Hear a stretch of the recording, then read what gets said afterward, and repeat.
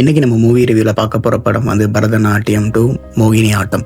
Movie review போகிறதுக்கு முன்னாடி நம்ம சேனலை லைக் பண்ணுங்கள், ஷேர் பண்ணுங்கள், சப்ஸ்கிரைப் பண்ணுங்கள் கைஸ். இந்த படம் வந்து ஆக்சுவலாக வந்து பார்ட் 2 இது.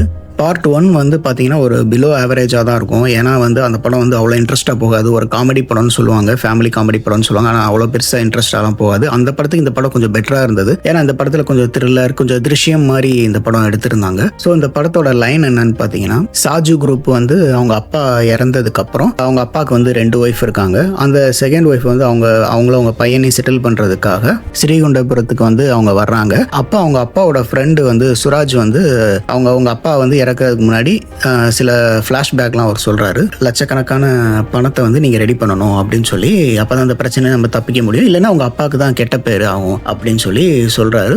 என்ன பண்ணுறதுன்னு தெரியாமல் இருக்காங்க. இவரும் கொஞ்சம் ஃபோர்ஸ் பண்ணிக்கிட்டே இருக்காரு. ஸோ அப்பா வந்து பணம் கேட்டு வரப்போ சில சம்பவங்கள் நடக்குது. அதுக்கப்புறம் இந்த ஃபேமிலி வந்து சம்பவத்துலேருந்து எப்படி வெளியில் வந்தாங்க, என்ன நடந்துச்சு, அதுதான் இந்த படத்தோட லைன். இந்த படம் வந்து பார்ட் 1 விட பார்ட் 2 வந்து கொஞ்சம் பெட்டராகவே இருந்தது. பார்ட் 1 வந்து பார்த்தீங்கன்னா காமெடி அப்படிலாம் ஒன்றுமே பெருசாக ஒர்க் அவுட்டே ஆகல, ரொம்ப பிலோ ஆவரேஜாக இருந்தது. அதுக்கு இந்த பார்ட் 2 வந்து கொஞ்சம் பெட்டராக இருந்தது. அதுக்கும் இந்த படத்துலையும் வந்து ஃபர்ஸ்ட் ஹாஃப் பார்த்தீங்கன்னா கொஞ்சம் ஸ்லோவாக, கொஞ்சம் பேசிக்கிட்டே இருக்காங்களோ அப்படின்ற மாதிரி, சில இடங்களில் நல்லா இருந்தாலும் ரொம்ப பேசிக்கிட்டே இருக்காங்களோ அப்படின்னு ஒரு ஃபீல் ஆச்சு. இன்னொரு பிரச்சனை என்னென்னா ரன்னிங் டைம் பார்த்தீங்கன்னா 2 hours 20 minutes ஓடுது. இன்னும் கொஞ்சம் கிறிஸ்பாக, இன்னும் கொஞ்சம் கட் பண்ணியிருந்தாங்கன்னா, இன்னும் ஸ்க்ரீன் பிளே ரேசியாக பண்ணியிருந்தாங்கன்னா இன்னும் நல்லாவே இருந்திருக்கும். ஏன்னா கொஞ்சம் நிறையா பேசிக்கிட்டே இருக்காங்களோ அப்படின்ற மாதிரி ஒரு ஃபீல் ஏற்பட்டுச்சு. காமெடி வந்து அங்கங்கே கொஞ்சம் ஒர்க் அவுட் ஆச்சு, சில இடங்களில் ஒர்க் அவுட் ஆகலை.